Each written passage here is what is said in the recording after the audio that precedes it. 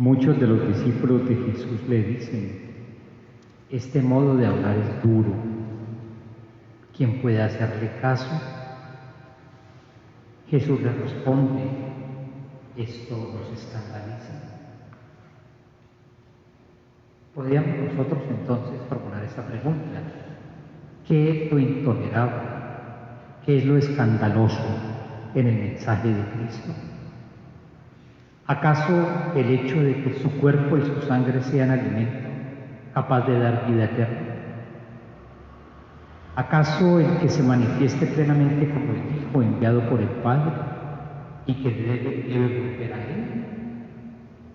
¿Acaso el hecho de afirmar que el Espíritu y no la carne es lo que hace vivir verdaderamente el ser humano? ¿Acaso el hecho de atribuir a sus palabras el poder de dar vida? Porque también ellas son espíritu. ¿O acaso el afirmar que la fe en Él es también un don del Padre? El texto dice un poco más adelante que muchos se alejaron de Él. Pero me parece que llegamos también a esta constatación. Lo que para muchos es escandaloso, porque los desinstala, los lleva a reorientar su fe religiosa y los lleva a reacomodar la vida, para otros se convierte en un verdadero evangelio, en una verdadera buena noticia del Señor para su vida. Escándalo para unos, pero para otros, evangelio, noticia buena. De ahí que me parece que es importante suprimir una afirmación.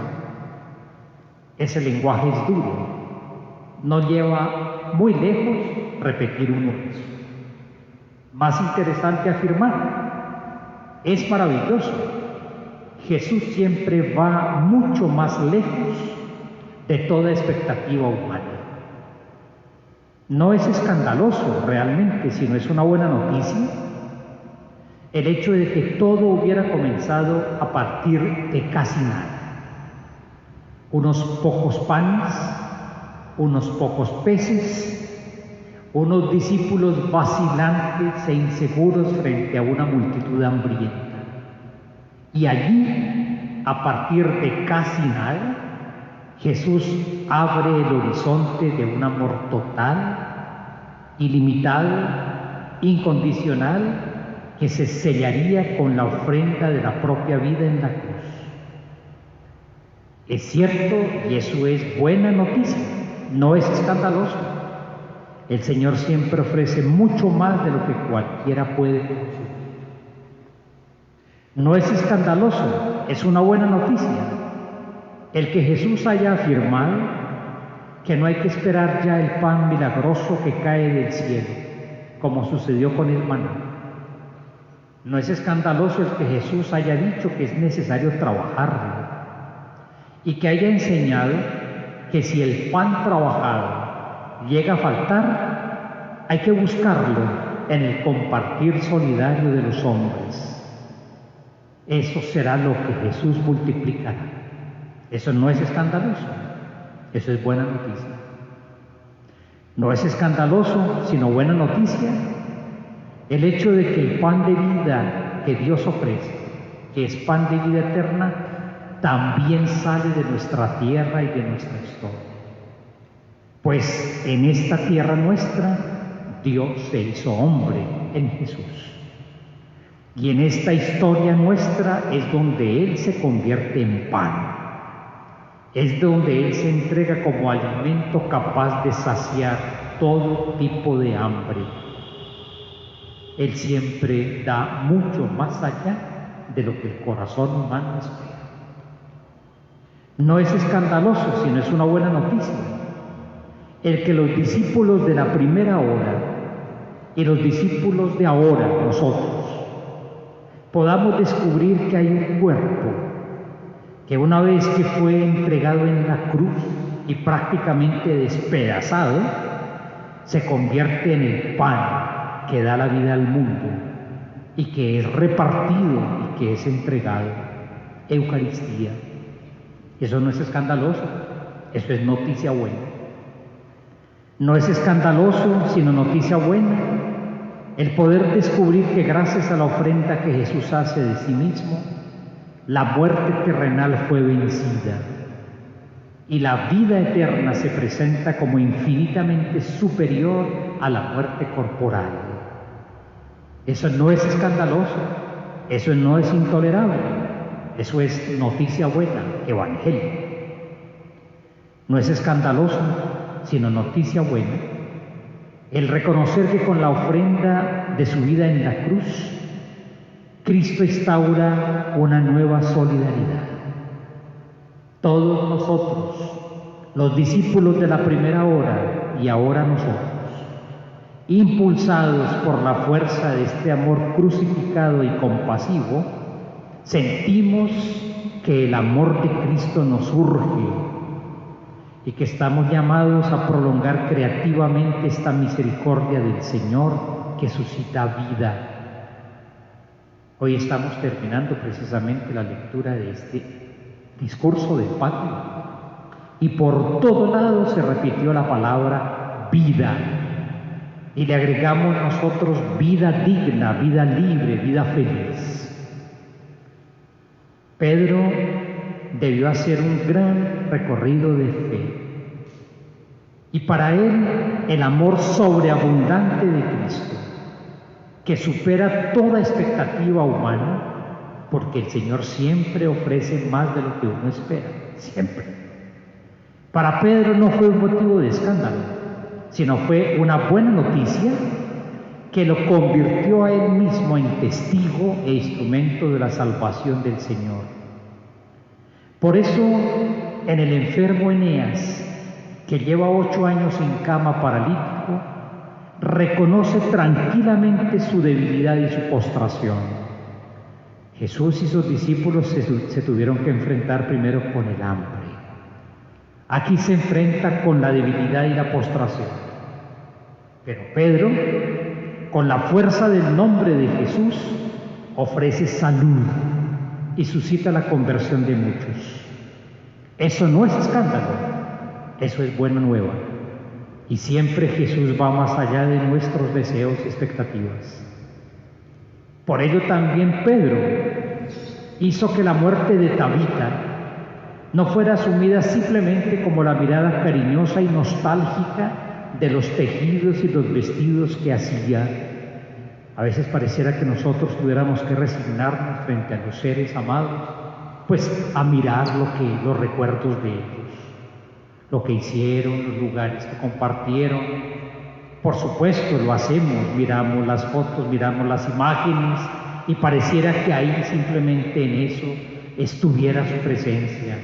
No, mucho más allá. Fue Pedro el que con el poder del nombre de Jesús y de la cruz le devolvió la vida.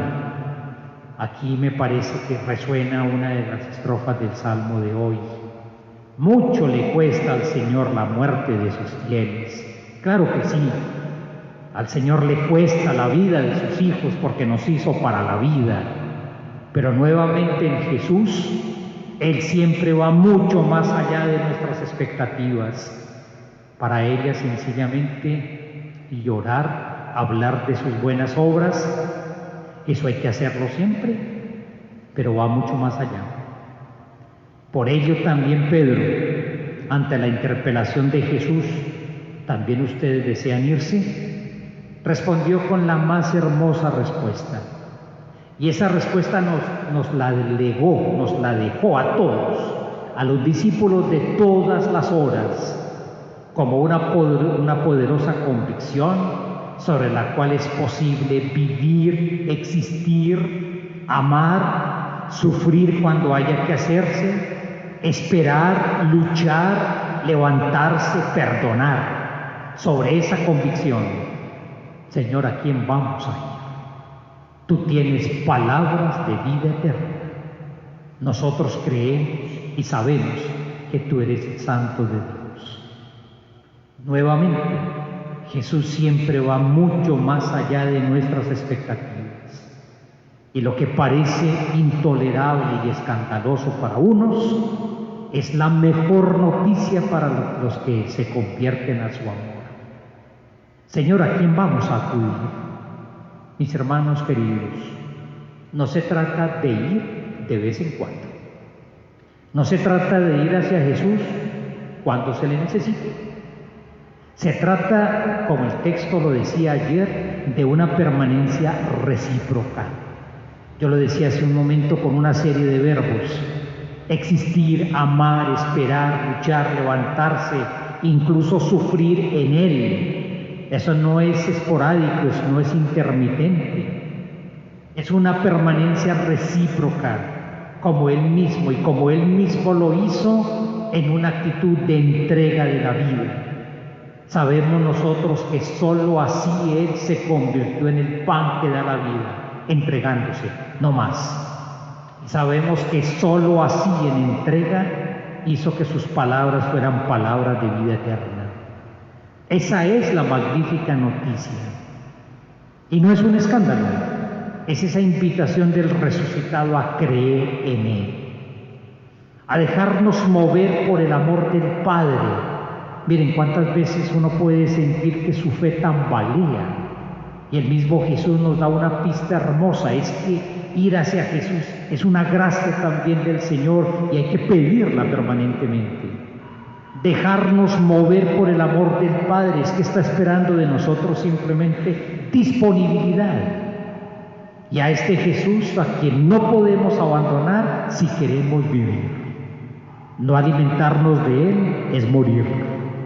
Y este Jesús que nos propone definitivamente una vida en una dimensión distinta, la del Espíritu, que es la vida en el amor. Esa buena noticia, que no es escándalo, se vuelve para nosotros también oración confiada, oración agradecida.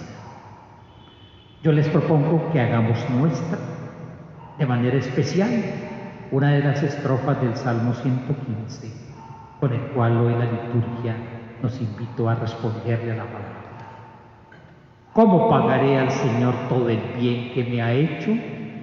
Ante semejante don de vida, que no es escándalo, sino es sencillamente evangelio, también reconocer que todo eso se hace eficaz y operante en nuestra propia existencia. Es posible que cualquiera de nosotros se reconozca en la multitud hambrienta, se reconozca en esta Tabita o en los que están con ella que vive una situación de luto y de dolor, o en este Eneas y su familia que vive una situación de enfermedad, y sin embargo en medio de ello, con esa convicción de que solamente a Él podemos ir porque tiene palabras, y con esta otra convicción que yo la repetí todo el tiempo en mi meditación: Él siempre va mucho más allá de nuestro deseo y expectativa. Por eso es importante que en medio incluso de las situaciones de dificultad uno sea capaz de reconocer todo el bien que Él nos ha hecho. Y por eso oramos con el Salmo: ¿cómo pagaré al Señor todo el bien que me ha hecho? Y el Salmo mismo nos da la respuesta: alcemos la copa de la salvación, invocando el nombre del Señor. Por este nombre, Eneas recuperó su salud. Por este nombre, en la casa donde se vive el luto, se vivió experiencia pascual. Por ese nombre nosotros somos alimentados con el pan que da vida verdadera. Terminamos todo este hermosísimo discurso del pan de vida.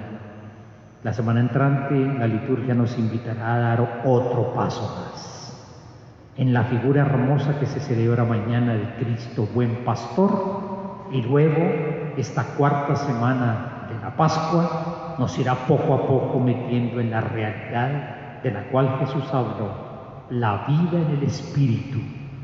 Esa es la vida que suscita la Pascua del Señor. Oremos en silencio por Cristo.